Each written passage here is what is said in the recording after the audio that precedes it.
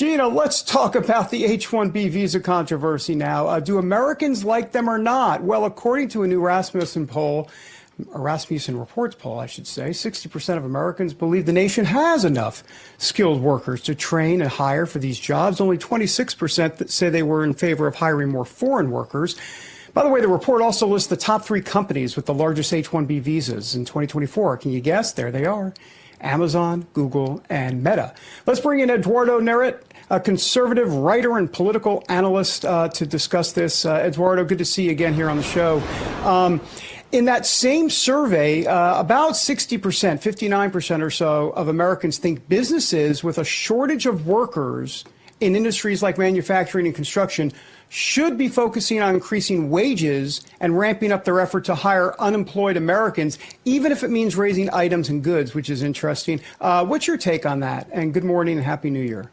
Happy New Year. Well, look, it's not surprising to me because that's how the free market works, right? If you can't attract talent at the wage you are offering as an employer, and I am an employer, you have to look at the situation and say, do I need to offer more money? Do I need to offer better incentives? Do I need to offer a better work package to attract the talent? I'm glad you mentioned that poll at the top, that 60% of Americans who say they don't want any more foreign workers in this country. And let's look at the situation and think why, okay? So say you're an American who has spent your entire life going through our education system from K through 12 and then college. Your parents have paid taxes. You have paid taxes into the system that funds our society and funds our education system. And then all of a sudden you graduate with a STEM degree and you can't get a job in STEM because Silicon Valley and these big corporations are able to hire someone at your same skill level and your same position for far less than you do. I would be teed off, and the Americans should be angry at this. This is an issue that defined the MAGA movement basically since its inception. I mean, President Trump in 2015 and 2016 promised that he would end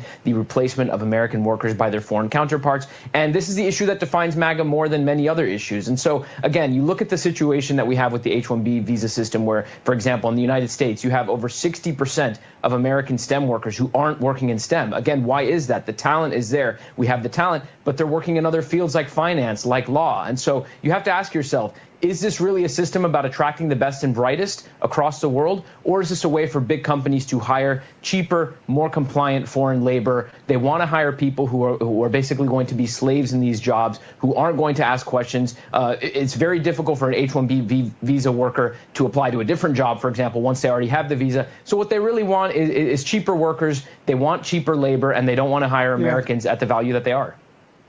Yeah, I mean, so much of this, it seems like indentured servitude when you really get down to it. And you really wonder where Trump is going to go on this. Do you have any inclination? I mean, he has Elon with Doge, right? So if Elon would just stay in his lane and not interfere with Tom Homan's immigration, right, I don't see a problem. But then you had the comments from Donald Trump that threw me off just a little bit. What's your take?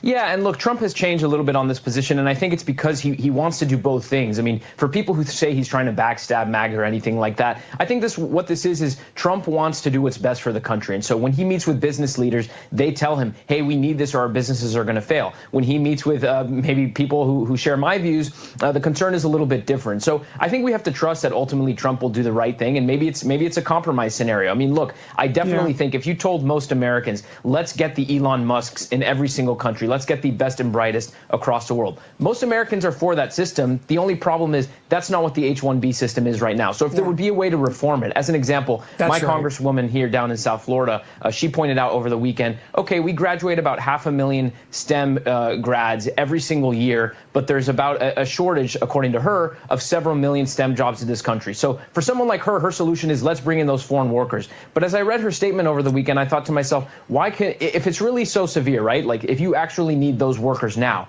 why couldn't you do something where you bring those workers in? Part of their job here in the United States is to train an American at the same time. And then after the 2 or 3 year, they return back home. And by then you would hope that the American is trained. I mean, they never offer a solution that trains Americans. They're always trying to shortcut the system and say, we need cheap labor from overseas. So I think what we're going to end up seeing is a compromise system here. You got to have a reform for sure. I mean, they say the cap is 65,000. No, it's not. It's not even 85,000. It's upwards of 100,000. Definitely more than that. So, Eduardo, great to have you with us. Thank you. Thanks for having me.